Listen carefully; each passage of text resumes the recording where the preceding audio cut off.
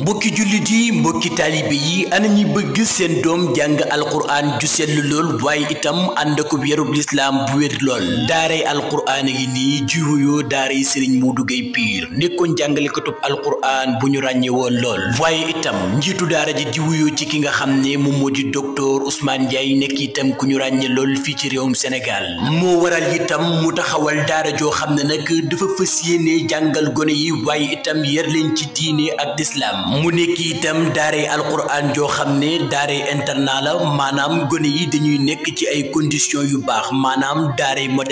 moderne nag boo leen ko déggee mu di daara joo xam ne gone yi dañuy nekk ci ay bonnes conditions waaye itam di lekk bu baax ci noone itam am nekkuwaay bu baax boo xam ne dañ leen di toppatoo lépp loo xam ne soxla nañu ko waaye itam ngir ñu mën a jàng alquran ju sell lool te wér loolu itam waral docteur Ousmane Ndiaye di xam la ne classe bu nekk 20 personnes rek lay daal di jër ngir gone yu mën a nekk ci ay bonnes conditions ñoo ko déggandoo daw leen gaaw yóbbu seeni doom ñu jàngal leen alquran ju sell lool te wér waaye itam di leen xamal ni képp koo xam ne itam bëgg nga sa doom jàng boo ñëwee da ngay daal di def sa inscription 75 000 francs waaye itam képp koo xam ni bëgg ngaa def mensualité 50 000 francs rek ngay daal di joxe ngir sa doom mën a jàng alquran ju sell lool te wér képp koo xam ne nag bëgg ngaa jokkoo ak ñoom wooteel ci 77 536 83 85 di leen xamal ne itam daaray Serigne Modou Gueye Pire dina daal di taxaw bépp dongo boo xam ne nag amee nga jafe-jafe ci sa wàllu wér-gu-yaram maanaam ci mpaj